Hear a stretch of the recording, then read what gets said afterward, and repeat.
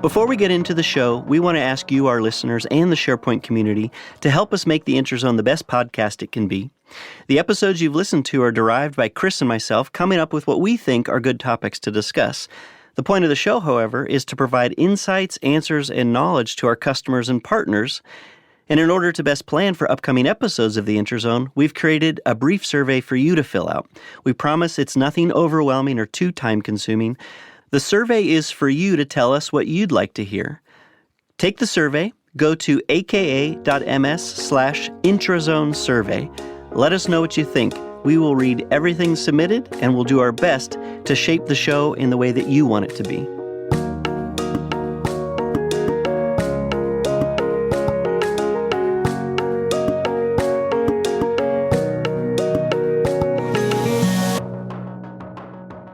Welcome to the Interzone, a show about the SharePoint Intelligent Internet. I'm Mark Cashman, here with my co-host, Chris McNulty. Thank you very much.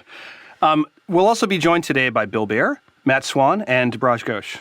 So in this episode, we're going to focus primarily on security and compliance, and we're going to be talking about it at a number of different levels.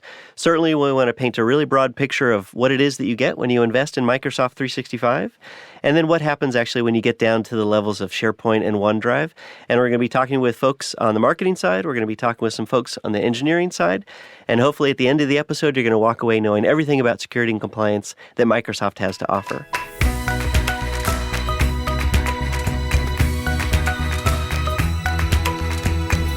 And we are pleased to have Debraj Ghosh, who is pretty close to being on our same team, but you focus on a number of different things. Can you tell us a little bit about who you are and how you got here? Yeah, so my name is Debraj Ghosh. I lead product marketing for Microsoft Threat Protection. It is a solution that we announced at Ignite this year, which really helps secure the modern workplace across different attack vectors. And we'll talk a little bit about some of the components of it, I think, during this podcast today.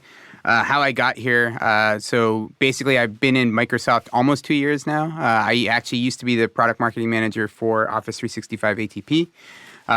Before that, I also worked at another security company, Symantec, which is obviously now one of our competitors. And then I actually have a weird background. I actually started off doing science. So I used to be a material scientist. I worked in the solar industry. And then I sort of switched fields and came into tech. Nice. So you've been protecting your own secrets before you came here. Correct. And now you're helping other people. And you said ATP, which is Advanced Threat Protection. Correct. Nice. So that's keeping everybody busy. So you often talk to the security officers. I do, yeah. And they give you the tough questions, I bet. Yeah, they do. I mean, most of the time, the questions that we get on the Office 365 ATP side is if we actually hear from folks, sometimes it's about, hey, they want to make an investment in the service. Do they actually need it? So that's usually the biggest thing is that why would I actually spend this money to actually use something like Office 365 ATP? And Gotcha. So we, of course, talk to them about some of the reasons why it's useful to have something like that.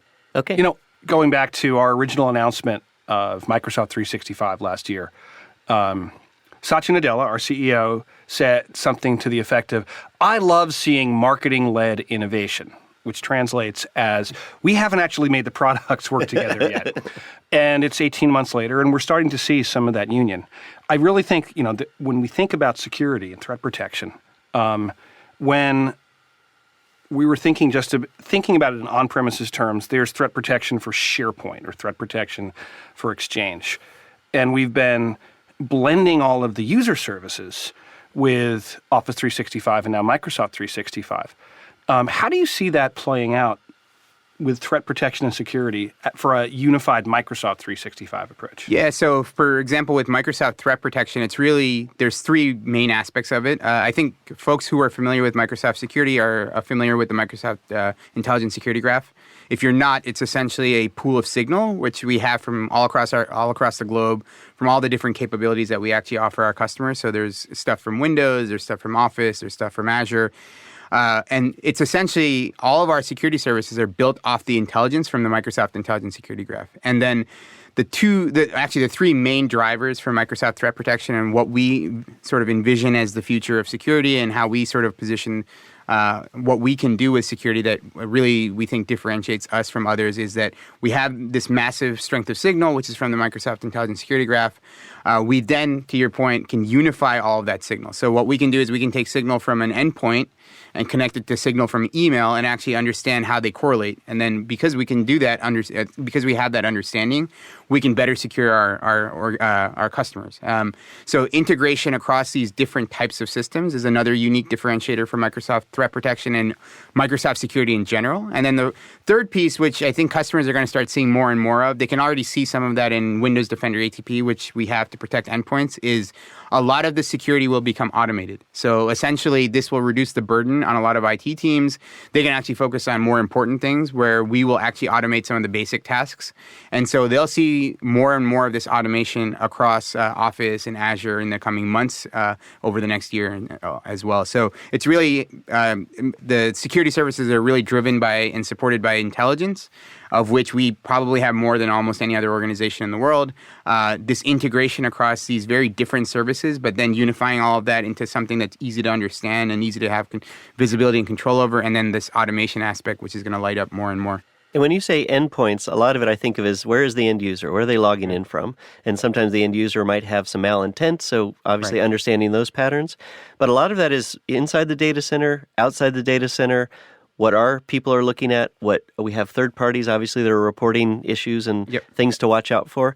And bringing that all together, just to unpack the security graph a little bit more, it is an intelligent service that's essentially monitoring everything that's being tweaked and learned every day, both by humans and by the machine learning backend. The intelligent security graph is, like I said, this pool of signal. All of it is obviously anonymized, so we never know where that signal is coming from. We just have that signal. And then the intelligent security graph is something that all of our analysts have access to. So I think we have something like 3,500 security specialists within within Microsoft.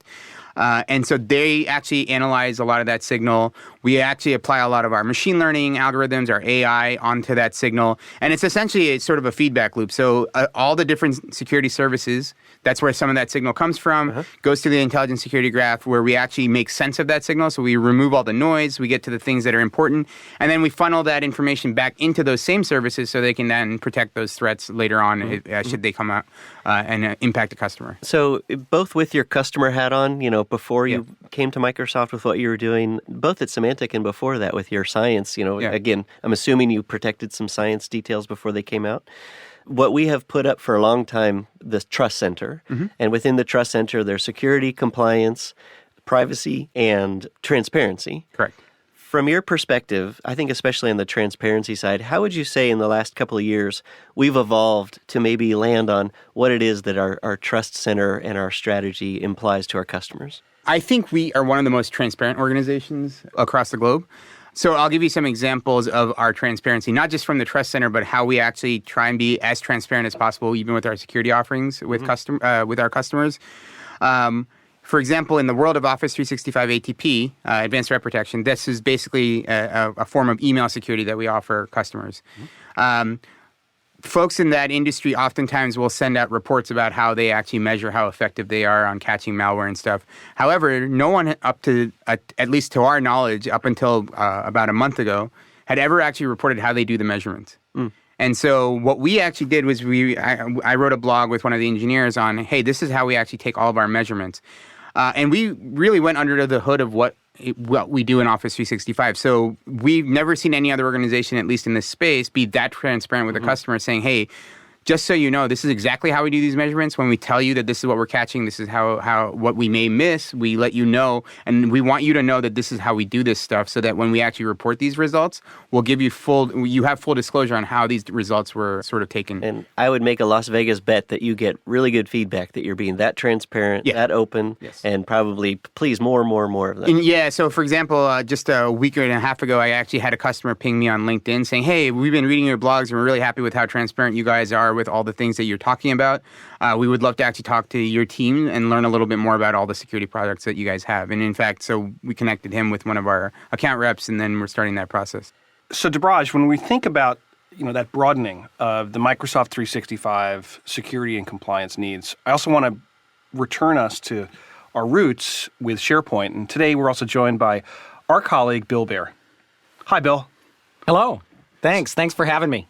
So I think we know what you do, but just let's have a quick refresher for our audience on who you are and what your role is here. So hi, I'm Bill Baer. I'm a product manager in our SharePoint product group working alongside Chris and Mark. I focus on security and compliance and administration and server and hybrid and migration. And this little thing we call SharePoint Spaces. And spaces, mixed reality in Office. So over the past year and a half, we've watched coming out of the EU, the General Data Protection Regulation, GDPR. And GDPR imposes requirements on any organization which is handling personally identifiable data, privacy data about individuals who are citizens of the EU. It's a really interesting topic because it's very similar to what we watched 2 decades ago with Y2K. Even though it relates to a very narrow slice of some organizations' operations, it really can be something that infiltrates, expands, and hopefully improves the whole way organizations approach handling of private data, how they do their data processing in the first place, how do they contract, where do they keep their information, and so forth. So how have you all seen GDPR influencing the way that we approach our product solutions?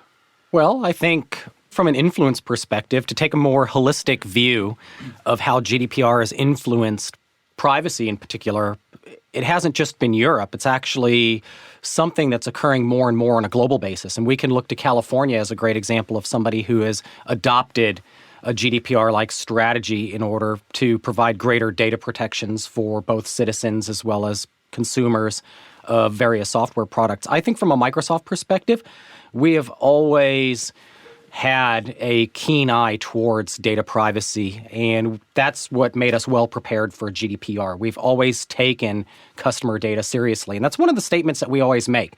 When we talk about data, we always say it's your data, and the reason we say it's your data is we don't own your data. We're simply the custodians of your data, and that philosophy had really accelerated our journey or our ability to respond to GDPR.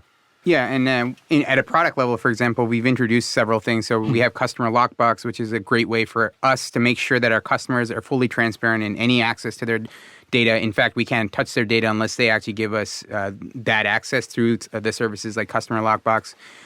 Specifically for when the GDPR launch happened, we also released a product called Compliance Manager within Office 365. This actually was a great tool that actually enabled most organizations to have an assessment of all of their different things that they have within the organization, understand if all of those different files, all of those different users, if they were compliant or not. And this is a free service that we have actually been offering for the last year and a half. So any customer can go and check it out and determine where they are in terms of their compliance profile. And we sort of did all of these things as we saw GDPR coming along, but it wasn't just because of GDPR. We actually felt like these were the things that we needed to do to help our customers become more compliant in a world that actually needs to be more compliant based on all the different rules and regulations. I feel obliged to insert here the obligatory disclaimer. None of us are lawyers or attorneys. We are not offering any legal advice. This is for novelty use only. For actual mileage, please consult an actual attorney. I would say one thing that we, probably couldn't state clear enough is that your ability to be compliant with GDPR is due to the cloud. And I think that's just probably one of the clearest statements that we can make. Having been with SharePoint seemingly forever in my career, I saw customers struggle with concepts like PCI DSS on premises and trying to meet various regulatory and governmental compliance obligations. And we've made it that much easier for you. We've kind of taken the thought out of it and have just allowed you to run your business. Right. I think we need to take a look at, especially for those of us in North America, our casual understanding of GDPR, if we have one at all, is usually the right to be forgotten, to being able to go to, some organization on the continent and say, hey, I want you to get rid of anything I've ever done with you permanently. But GDPR is actually a lot more than that. And I think we probably should reflect back to the audience the distinction between the North American common law as it relates to PII and the European common law. North America, especially in the U.S., we have a profound tradition of free speech, and people have the right to say anything they want as long as it's factually correct. That extends to organizations and corporations.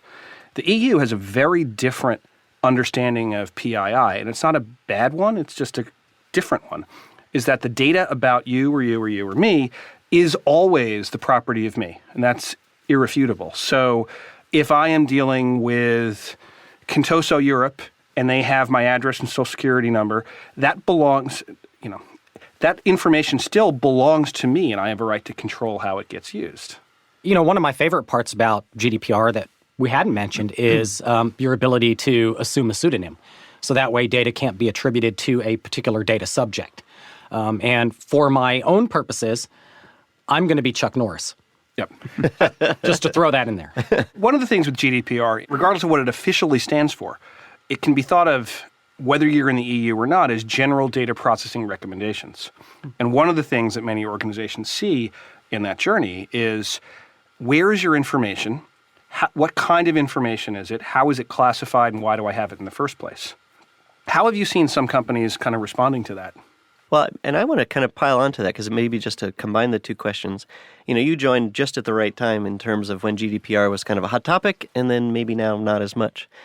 When you would talk to customers, both before and after, how did you see their response change based on what's coming, what we did about it, and now what's in place? Yeah, so I think before GDPR, I think a lot of customers, and this is going back to your Y2K analogy, yep. I think a lot of customers were very, very worried about what it would have as an impact to their organization.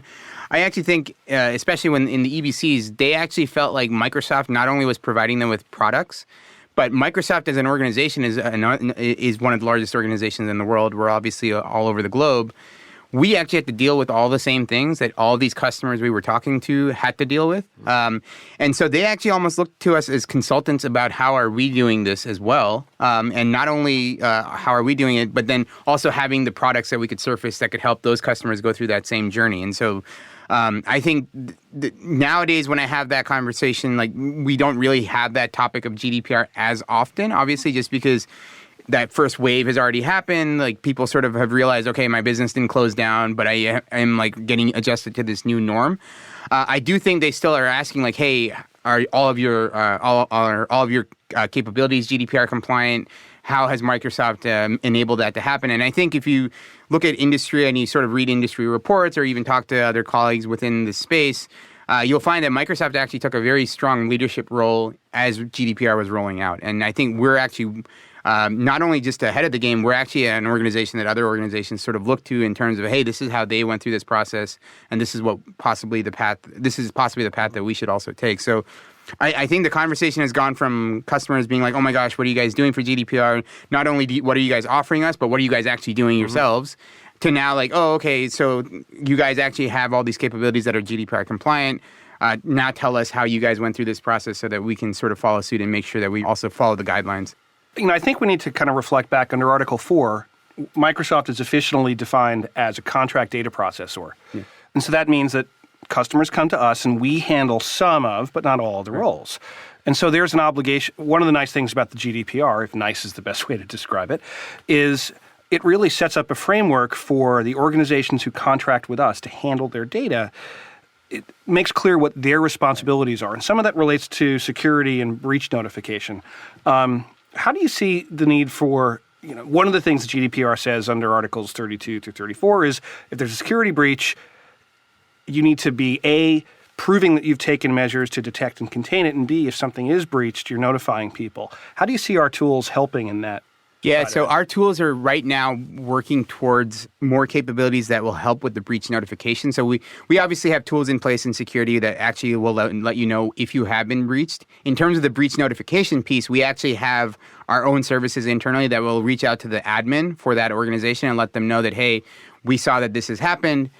You need to actually address this as quickly as possible. And obviously with GDPR, I think you have a 48-hour window in order to make sure that is reported. So we actually try and make sure that we as soon as we hear about it, we let a customer know that, hey, there has been this breach that's occurred, and you need to take these following steps. And then essentially, though, we still actually there is that responsibility of the customer to follow through with those steps once we let them know that there has been a breach. I have to commend you both on using the word breached versus hacked. There's a very good reason for that term, breached versus hacked. Would you like to expand on that? Let's hear the versus definition. No, breached is a legal definition. That's what you want to be able to say. You never want to be able to say you've been hacked. Hacked has a completely different definition, and a different set of responsibilities and actions need to be taken place when you say hacked. I was just surprised that you both had used breached. So, well, one of the other things, from the GDPR is the idea of data integrity, both within the customer and geographically. How do we approach the idea of data sovereignty and being able to the GDPR says that you can't allow transfer of personal information outside of the Eurozone without certain things happening. How do we help drive that protection? I think the answer there is pretty simple, multi-geo. And that has been a critical investment for us, as well as a critical differentiator when you just look at the services that we offer, whether it's multi-geo OneDrive for Business, whether it's multi-geo upcoming with SharePoint, whether it's multi-geo with Exchange. We have a set of capabilities that can help you isolate your data to a specific geography. So effectively, you're working under the premise of a single tenant that spans multiple data regions, and then the data itself is isolated to those regions. In the case of OneDrive and Exchange, it's more or less a one-to-one relationship between the user and the service. A user has a singular relationship or affinity to OneDrive. A user has a singular relationship to a mailbox, whereas with concepts such as SharePoint, it's one-to-many, many-to-one. And even in those cases, we can do multi-geo because in a data residency scenario, really what you're looking at is data residency itself, not necessarily the runtime. And that's what enables SharePoint to work as well. So a lot of what we've been talking about today is the investments that we make for everybody. Regional data centers, huge investment, of course, that we do. GDPR, to get compliant with that before the date reached. We beat the deadline. We're now set for that. But there's a lot of additional tooling like DLP, and we'll talk about DRM and just governance in general of choices that customers can then make to make themselves more secure. Maybe not for everything that they do, but if there's a specific project, campaign, set of documents, a document center that has to play by different rules, or be treated that not everybody there is going to know what all those rules are, so to protect themselves.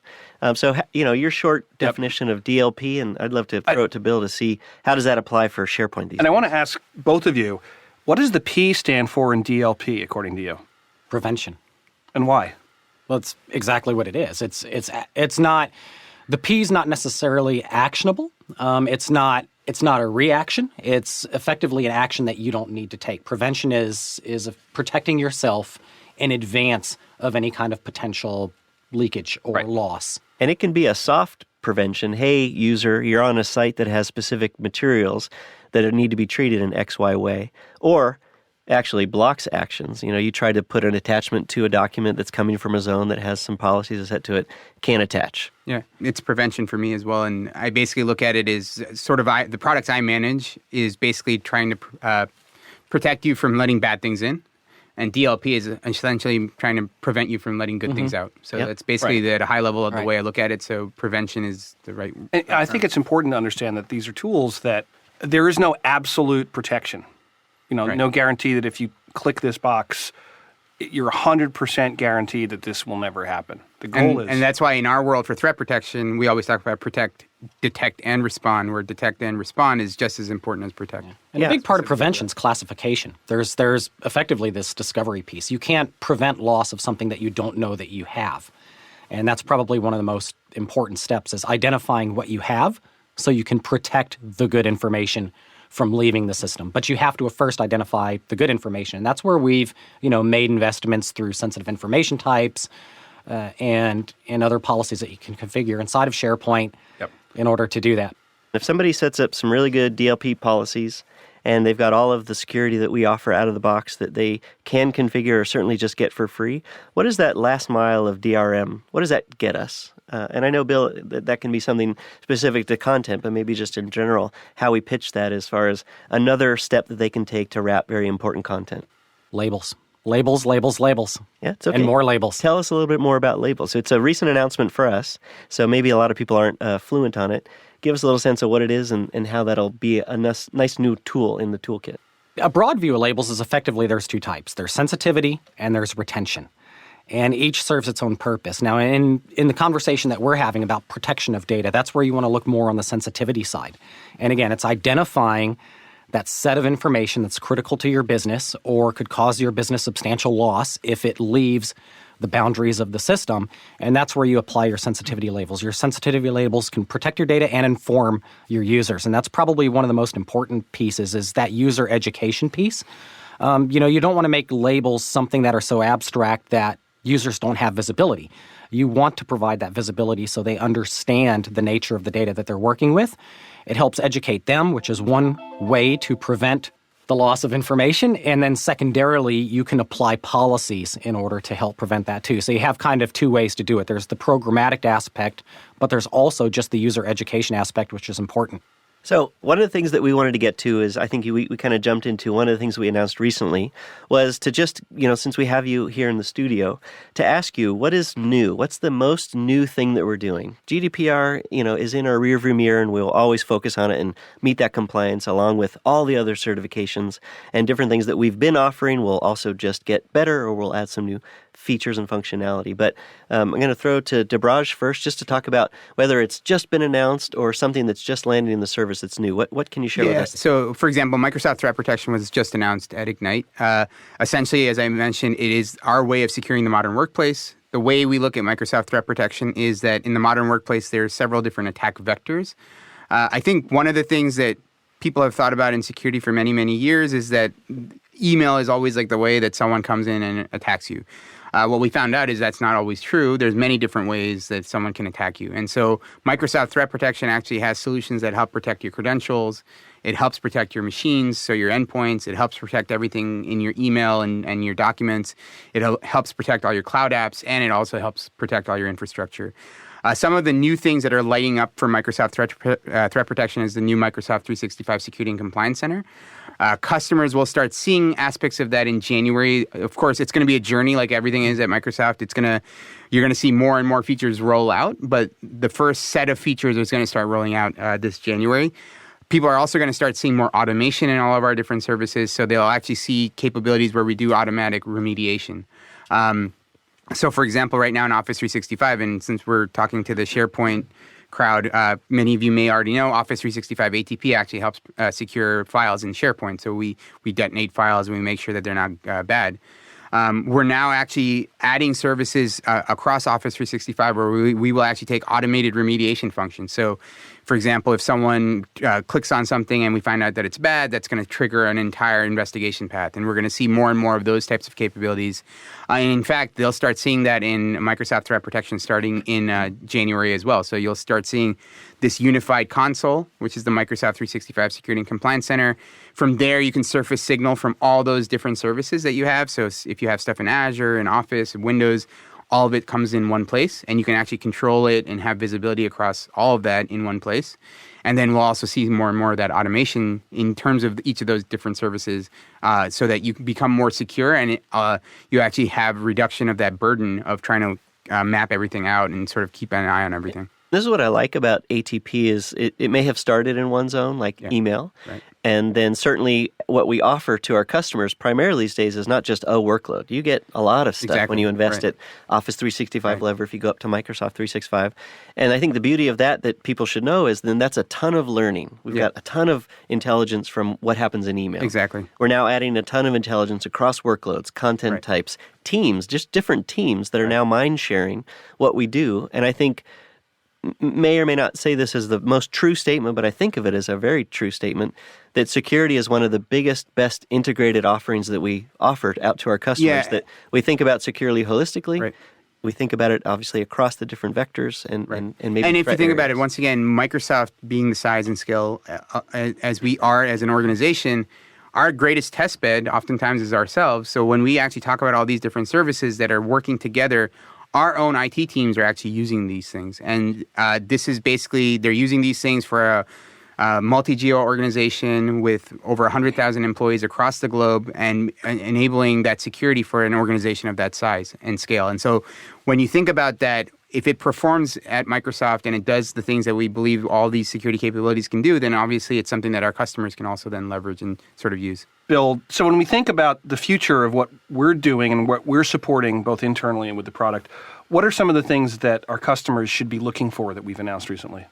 I think one of the big things that they should be looking for is there's a number of items that we've been working on. One of my favorite items is less to do with security, but I'll get to that here in a minute, is, obviously I work on mixed reality and SharePoint.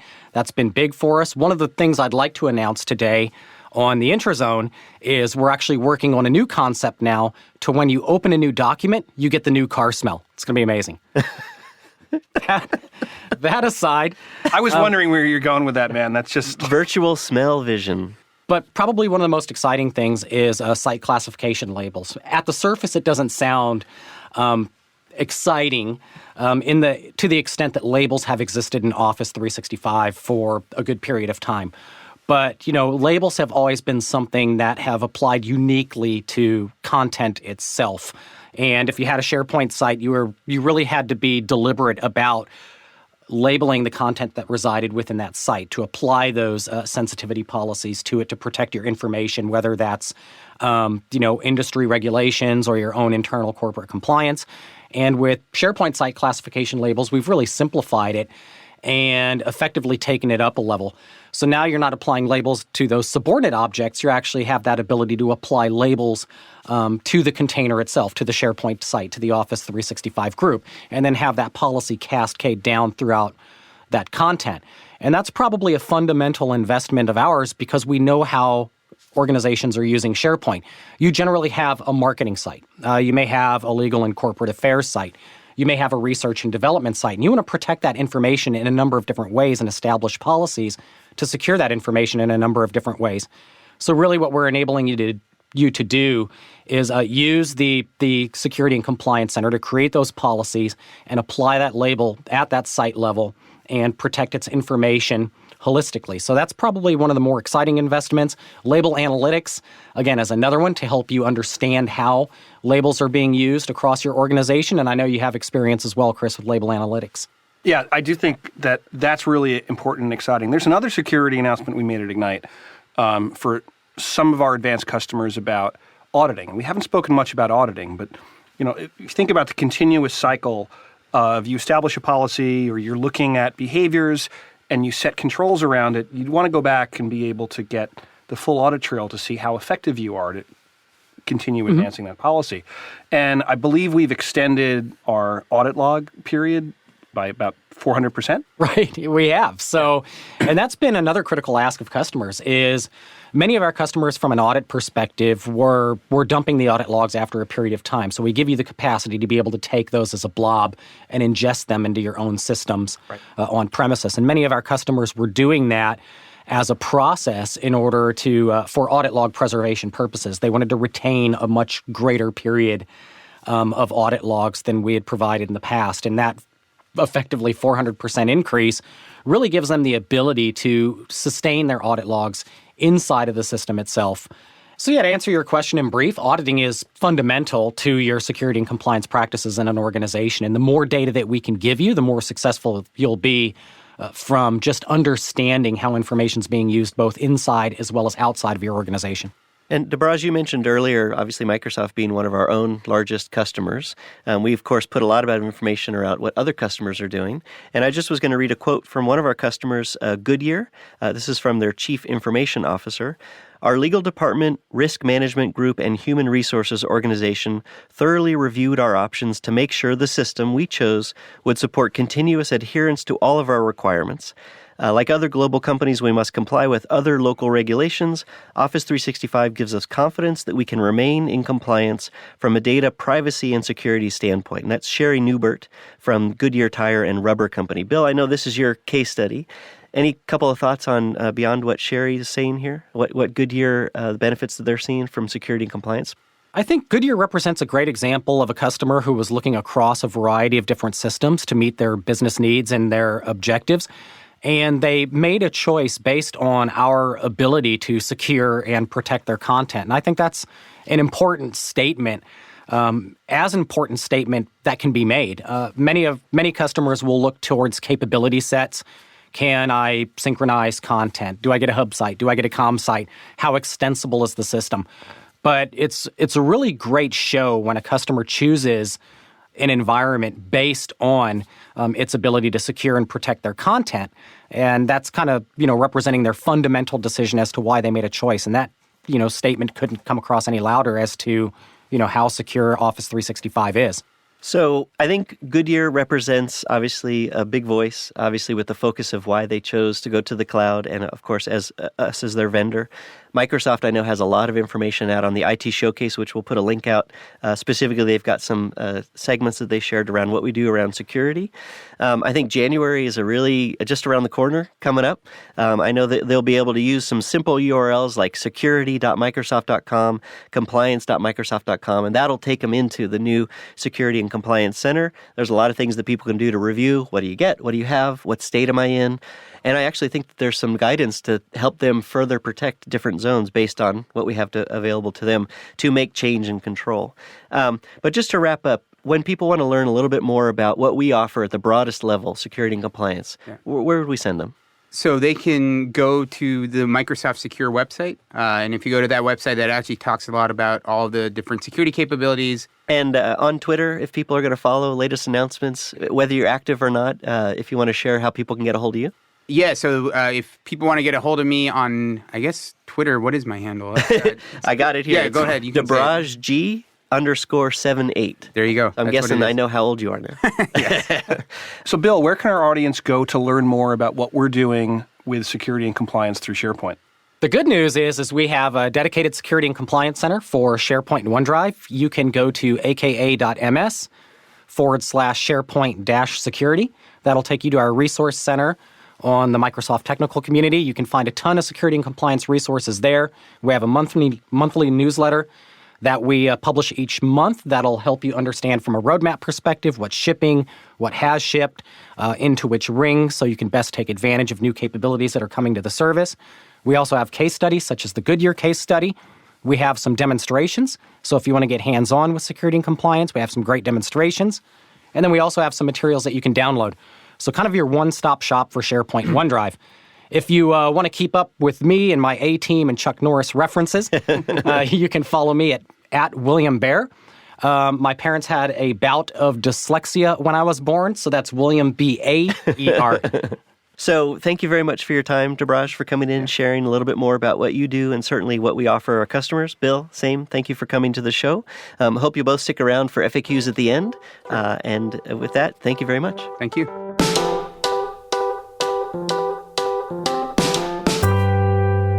So I'm very pleased to have this next guest, not only in the studio, but just on the team in general. It's a relief to me thinking through how safe of our customers. It's like, oh, Matt Swann's there. Oh, no problem then.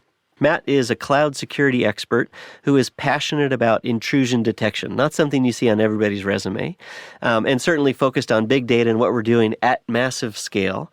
So, Matt, welcome to the show. Thanks for being here. Tell us a little bit about who you are and how you got to this point. Thank you. I've been at Microsoft for 14 years, and I've had the pleasure of working with SharePoint and SharePoint Online pretty much my entire career. So I've gotten to grow up with other leaders in the organization.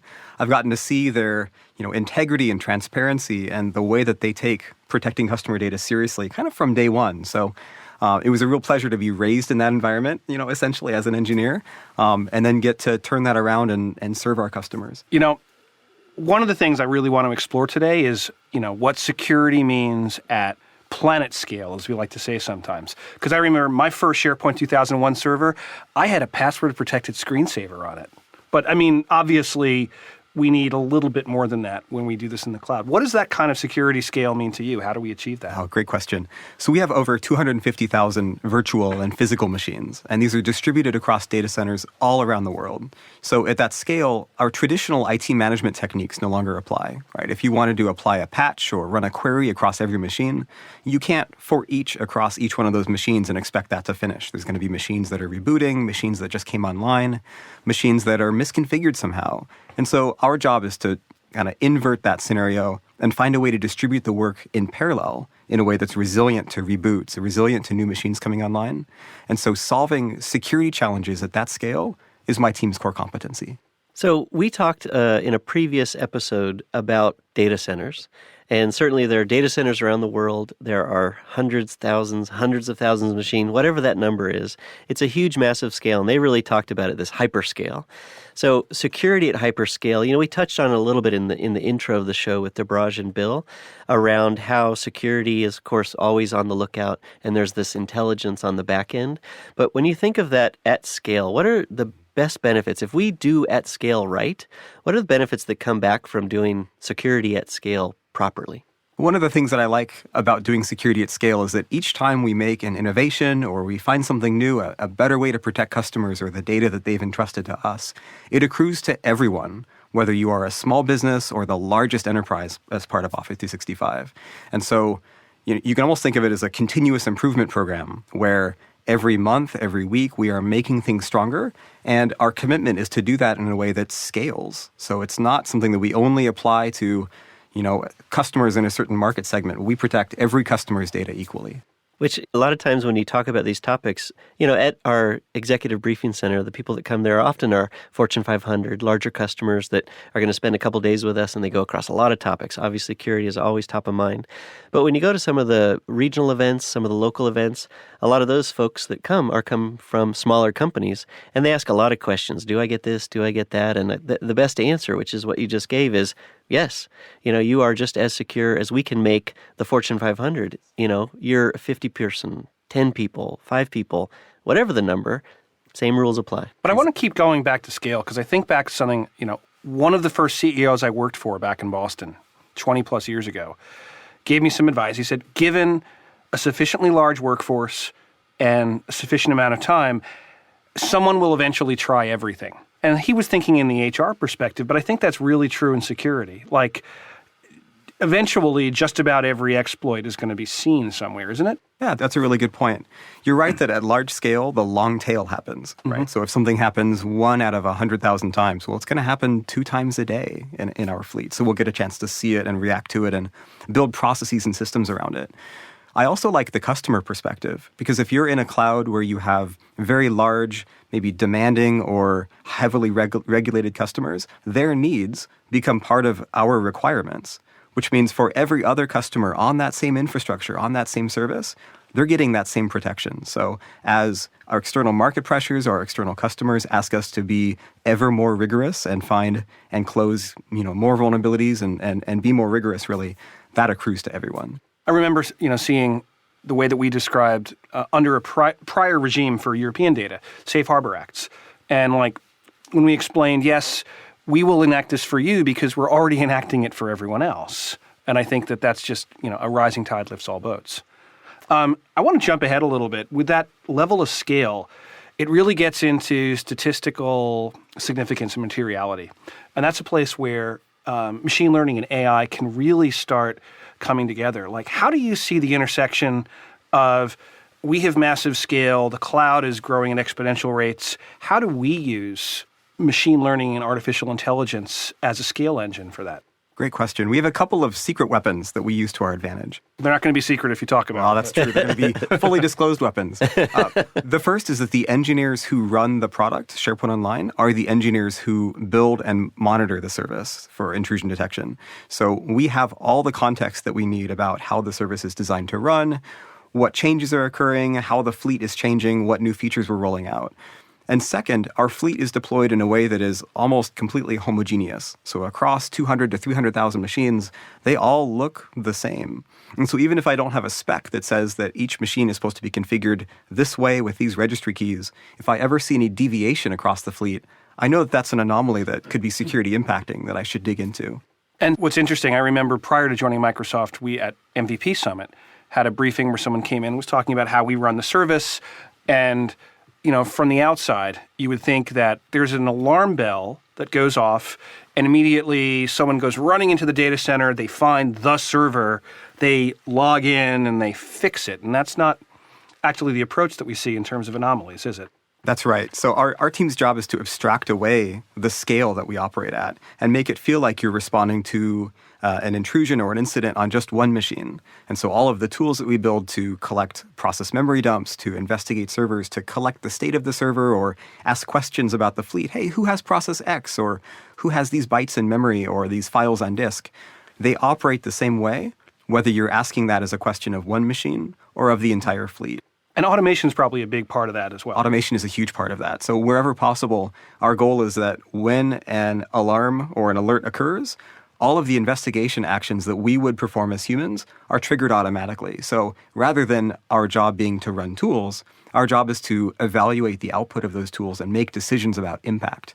And so that helps us get closer to our commitment of interdicting and disrupting any kind of attack before it ever reaches customer data. It's interesting. Philosophically, if you see something happening, when do you allow it to happen to learn from it as opposed to not allowing it to happen? I love that question. The rubrics that we use to decide whether to take action or not is how close that adversary behavior or that anomalous behavior is to impacting customer data, right? If we see activity impacting customer data, destroying data, taking data out of the data center, we're going to cut that off immediately, even if we haven't investigated the rest of the scope yet.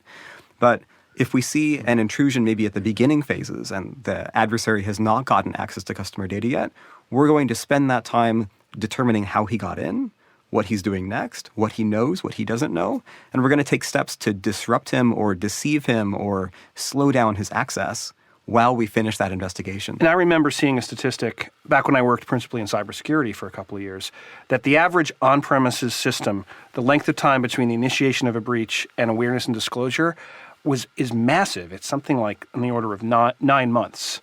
That's not something that we would typically allow to persist that long, is it? That's right. Our goal is detection from initial foothold of an intrusion within an hour and disruption and eviction within 24. Let me keep going with this because this is a really fascinating topic. So you gather all this data. It helps us govern the service, but there's also not just our obligations to single customers, but to all. Do you have a point of intersection with our cybersecurity prevention centers that we run here at Microsoft? I don't, actually. So Okay. we trade threat intelligence a little bit, but that's mostly through Microsoft's Threat Intelligence Center. Okay. That collects IOCs, indications of compromise, or things that our external customers are seeing that we need to educate ourselves. But it is fair to say that there is a separate entity within Microsoft that's available for ourselves, for our partners, for governmental organizations to all work on the much bigger global question of cybersecurity. I see what you're asking. That is certainly true. Yes.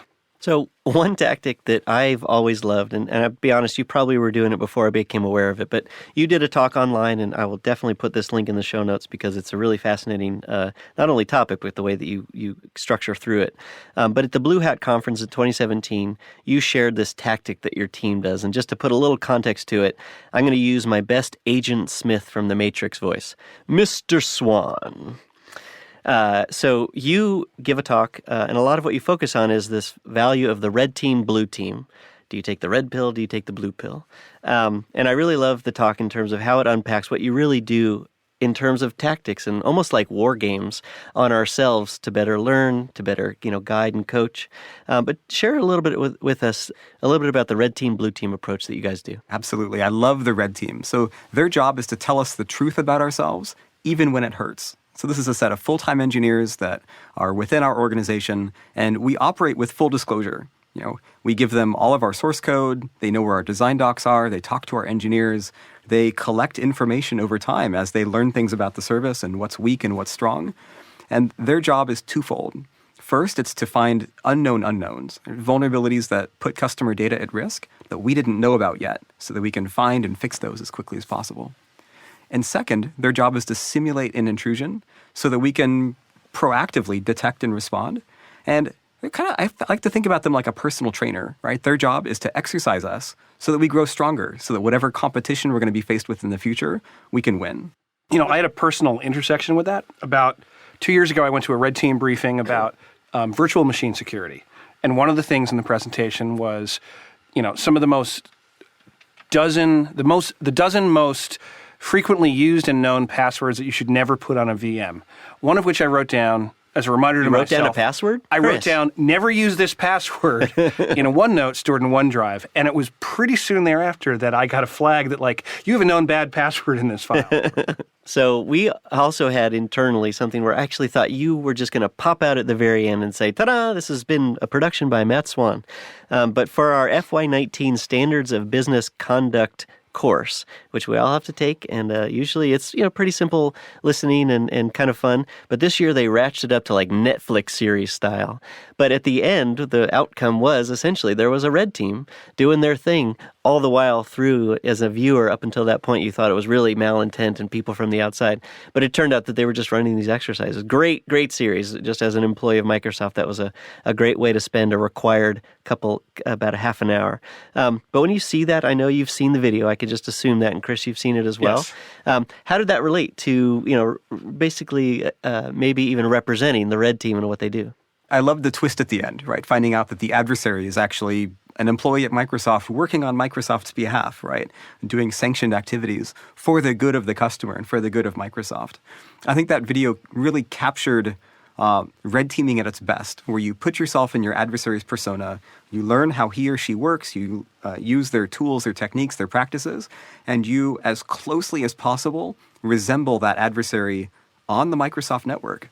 Because if we can detect and respond to that simulated adversary, that gives us a proxy for how we will perform when that adversary is really on the network. And there's such an element of fun to it too, right? How often do you get to break in and be the bad guy and, poke holes and try to disrupt things? I think they saw your talk and then thought, we've got this great idea for next year. So hopefully you got some consultation fees. As Mark knows, my secret wish is to eventually turn this entire thing into sports talk radio. Oh, no! So in NFL football, there is something that every NFL team has that's called the scout team.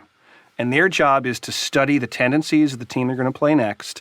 And so in practice, the scout team, who are usually the second or third string squad, their job is to simulate, whoever the Patriots or whatever team are going to be playing next. See, I have to throw the New England I like it. I like it.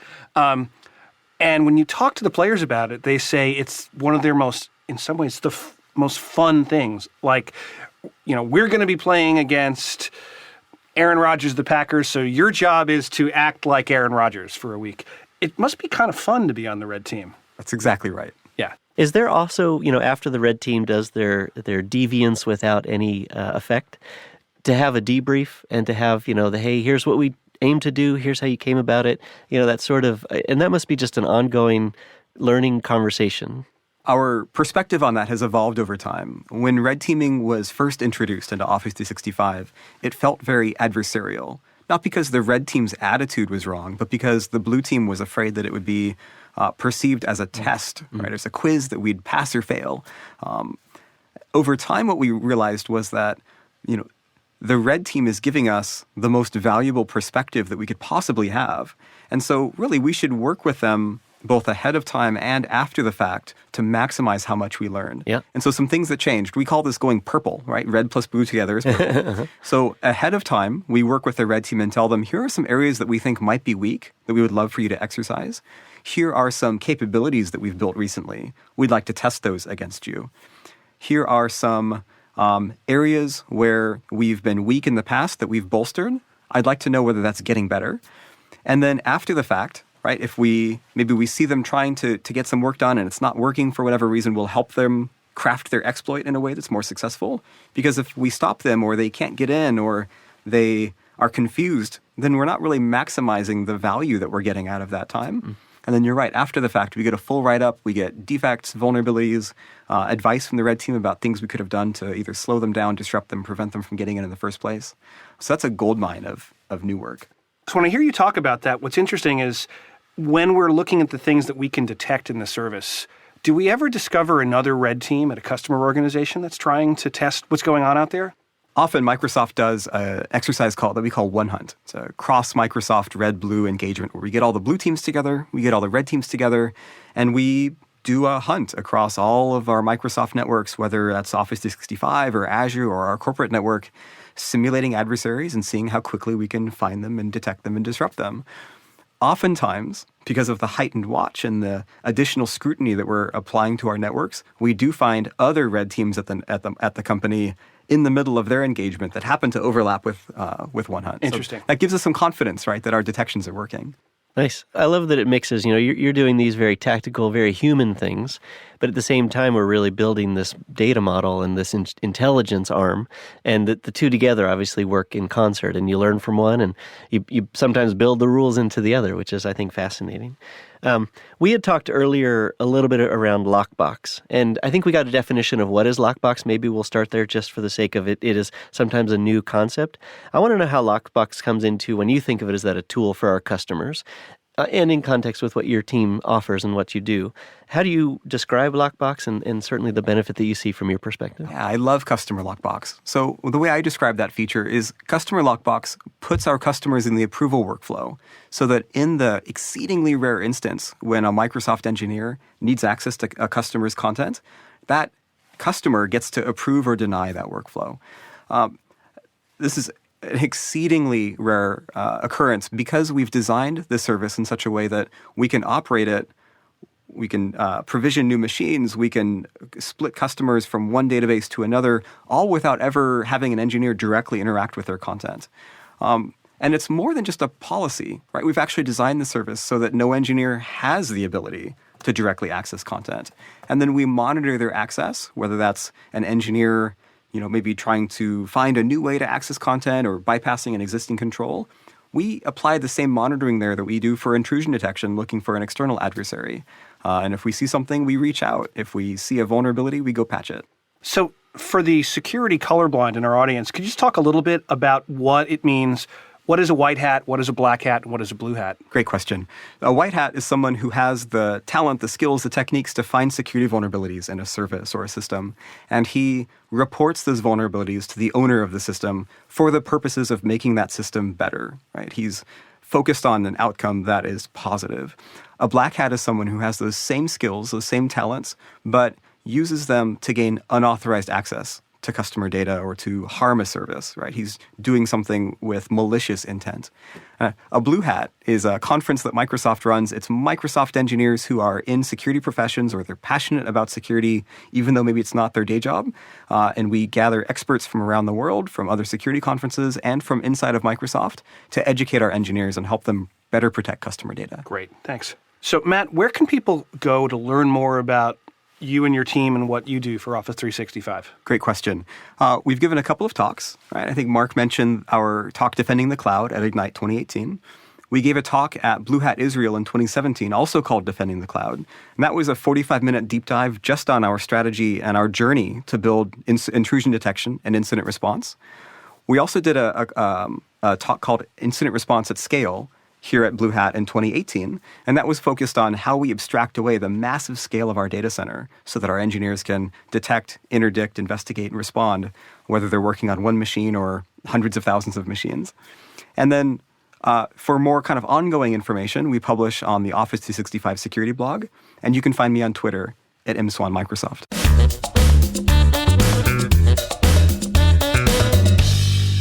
So with this topic, I think it's actually a really great time to hear what other people have as their frequently asked question. I'm going to be in learning mode here for sure. I've got one to share. I want to start with you, Debraj. What is your most frequently asked question these days? So it's sort of one question, but it's got two parts to it. One is, since I'm on the security side, is that, hey, I didn't realize Microsoft did any security. What do you guys do? And then the second part is, wow, you showed me all these great security capabilities that Microsoft has, but it seems like most of the security is from Microsoft services. What do you guys do beyond that Microsoft ecosystem? So the first one is an easy one because it's basically like, yes, we are definitely a security company. We do all these different, we have all these different capabilities. We have Windows Defender, Office 365 ATP, Office 365 Threat Intel, Azure ATP. So we have several different services. And not only do we have these several different services, almost all these services are now actually leading their industries. And actually, many customers are using them. We also have Microsoft Cloud App Security for the CASB services. In terms of the other question, that's actually where it gets really interesting, where they say, hey, you guys are only securing Microsoft products. What do you guys do beyond that Microsoft ecosystem? So we actually do a lot of things where we secure beyond the Microsoft ecosystem. For example, the Microsoft Cloud App Security product actually secures 40,000 different apps across the entire app ecosystem. 40,000? 40,000. Wow. I think that number is obviously always growing. Windows Defender ATP obviously has partnerships with other organizations so that we can actually protect beyond just Windows devices. So we're actually doing a lot of different things that are actually helping us protect services and security capabilities that are not actually Microsoft only. And then on our roadmap, we actually have several different things. We have something called Azure Security Insights that will be launching sometime soon, where it's actually going to be a dedicated SIM, which will be able to look at signal from all different security services, analyze it, and give you basically recommendations and other things that you can do that. So Microsoft is not only just protecting Microsoft services, we are actually now already having services that go well beyond the Microsoft ecosystem. And our roadmap as an organization is to actually realize that, hey, security is obviously across an entire ecosystem. And now we're working towards protecting all of those different aspects of that ecosystem. So security mapping to the realities of how all customers, probably including us, have apps solutions where they store their data. Right. It spans, of course, beyond us as a single vendor. Yeah. So, Bill, you must get a lot of questions, and specifically in the security and compliance area, or just the one that's sort of burning everybody's minds these days. What's your most frequently asked question? I would say the most frequently asked question I receive is when we talk about security and compliance, I think a number of customers come up and say, do I have to be E5? And to take advantage of some of our greatest security and compliance capabilities and our most advanced capabilities in the service, E5 is definitely the best bet. However, even if you're not an E5 customer, you can definitely take advantage of labels. You can definitely take advantage of location-based conditional access policies. You can definitely take advantage of our limited access policies within the service itself. So if you want to be able to control what level of access a request from an unmanaged or non-compliant device has to content inside of your SharePoint sites, inclusive of team-attached SharePoint sites, we do have capabilities that are E3 that can help you along that journey. Probably the next question I get is, how do I validate security within my organization? How do I, test what my security looks like with an emphasis on the user themselves? And that's kind of where Attack Simulator comes in. So you want to understand kind of what's the impact of a password spray attack? What's the impact of brute force? How do I deterministically understand how my users are going to react to a scenario inside of the service? And I think Attack Simulator is a great example of one of those capabilities that we have to enable you to actually, play red team, blue team within your organization itself. And you may have some more to add to that. Yeah, and the other thing is Attack Simulator is part of a broader service. It's Office 365 Threat Intelligence. And the point you made, right now, password spray is one of the attacks, but one of the most popular attacks that's part of Attack Simulator is phishing campaigns. So I love phishing. Yeah. So we see that phishing is basically the predominant attack that we see through emails. And so Attack Simulator can actually simulate a phishing campaign, so you can target different users in your organization with the phishing campaign, find out how they behave. The admin will get a report that tells them, like, hey, this is how this person reacted. So you may actually need to educate them more, or you actually realize that, hey, these folks actually know how to deal with this type of stuff. Yeah, and the reason I bring up password spray is so many customers are still putting so much emphasis on, brute force protection. So a certain number of failed logons within a certain period, I'm going to go ahead and just deny, that request outright. But, password spray differs fundamentally. That's taking a known password or a perceived known password and then just using that across the organization with the hopes that one individual within the organization is actually going to be using it. Matt, what is your most frequently asked question? Of course, the answer that you give. So at the end of all of my talks, I'll always have a customer ask, it's great that you do all of this monitoring, I'm convinced, but will you notify me if my data is compromised during a data breach? And our answer is yes. Like Microsoft's commitment is to notify every customer who's been impacted in that breach within 72 hours of a data breach being declared. Wonderful. Great. Chris? What is your most frequently asked question these days? Well, one question I get, and it's much more esoteric, and it relates to some of our new compliance labels, in particular around retention and records management. We're now giving you the ability to manage a hierarchy of those labels. And we get questions about how many labels and particularly how intricate can I build my data protection regime? And the answer is you can build it up to at least 7 layers deep, and hundreds, if not thousands, of labels and associated policies can be incorporated into that. So it's really been built as a scaled service. Mark, what's your most frequently asked question? I'm sometimes not the right guy to get this question, but a lot of people have been asking, since we're now sometimes presenting at a broader scale, to present Microsoft 365 and then get into topic du jour. And the thing a lot of people have been asking about, and to be frank, I had to go and get a little bit up to speed for myself, is when something does happen, not just breaches, not just significant things, but just somebody shares a document that they shouldn't have, or DLP detects, but they went ahead and did something anyway because they didn't have it as a blocking event. The question is, how do I report on all of this? And we have a wonderful answer. I'm assuming everything in your world is auditable, audited, and tracked.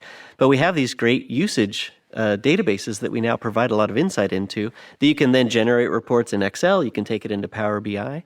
And there's a lot of data. And the most common question around reporting is, we're opening ourselves up to external users in areas. So people are being invited on purpose, and they just want to know at the end of the day, what are they doing? They've been invited into a specific site, a specific team for Microsoft Teams, whatever that place is. Part of that question is, how secure is that zone? But then when people do things, share documents, create a new list item, create an app that does something internal, external.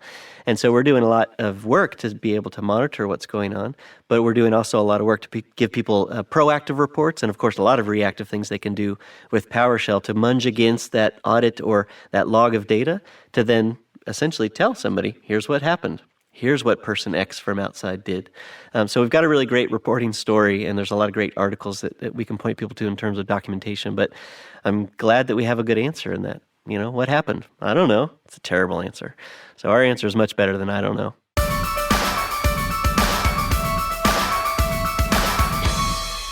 Always, always, always, there's a ton of stuff to learn and, of course, a ton of stuff to share. If you want to share your insights and your feedback, really to keep up with what's going on, we encourage you to join a SharePoint Saturday near you. They're free. They're easy to find if you go to spsevents.org.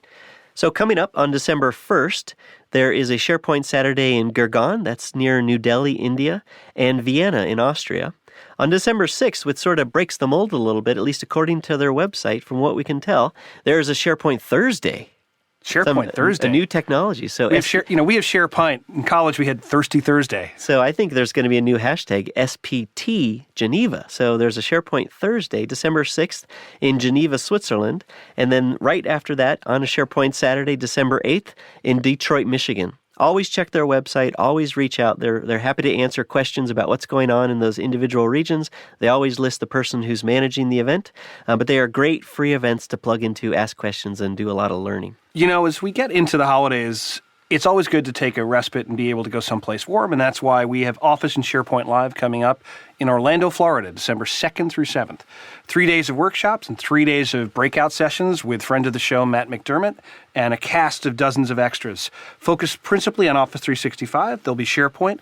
It's co-located with Visual Studio Live, SQL Server, Tech Mentor, AI Live, and Modern Apps. All of them are live. And just at that same time, December 4th through the 7th, if you want to go inland just a little bit, there's SharePoint Fest Chicago. This is a 3-day conference with a lot of breakout sessions, a couple of keynotes, and of course a couple of workshops, including a keynote from our friend here, Chris McNulty. I should write it. But what I'm most excited about is we're going to be recording a live studio audience episode of the IntraZone there. So we'll have a couple of guests, we'll have a couple of topics, we'll go through that, and it's going to be mapped to the closing AMA. So we also will have a time where Ask Microsoft Anything. Chris and I and others will be there to answer any questions. One of the things we'll be talking about in the live show is a prediction for 2019. And we're already predicting that 2019 is going to be a huge year. We're in the midst of planning SharePoint conference at May 21st through the 23rd at the MGM Grand in Las Vegas. It's a co-production between Microsoft and the conference organizers at the SharePoint conference team. There'll be 150 speakers or more, hundreds of sessions, workshops, exhibitors. It will be the spring event where Jeff Tieper leads us through all of our announcements for next year. So registration is open now. You can learn more at sharepointna.com. Yeah, very much looking forward to seeing you at any and all of these events. Chris makes a good round of a lot of events. We'll certainly be at a number of them and hope to see you there soon. Thank you to our guests, Matt Swann, Debraj, Ghosh, Bill Baer, and of course my co-host today, Chris McNulty. We encourage you to check out our show page for links to everything we talked about today and more. Go to aka.ms/theintrozone. If you have any questions, thoughts, SharePoint stories, whatnot, please share them with us. Reach out via email at theintrozone@microsoft.com or via Twitter at SharePoint, at @mcashman, that's with a K, MKASHMAN, and at CMcNulty2000. Which is not with a K. No K. And remember to rate, review, and tell all of your friends and family about the show. You know, a subscription to the IntraZone is a wonderful holiday gift, and it's free. Subscribe wherever you find your podcasts. absolutely. We'll also have a link to take a survey. We'd love to hear from you. We want to tell you, thanks so much for listening. This has been The Intrazone, a show about the SharePoint Intelligent Intranet.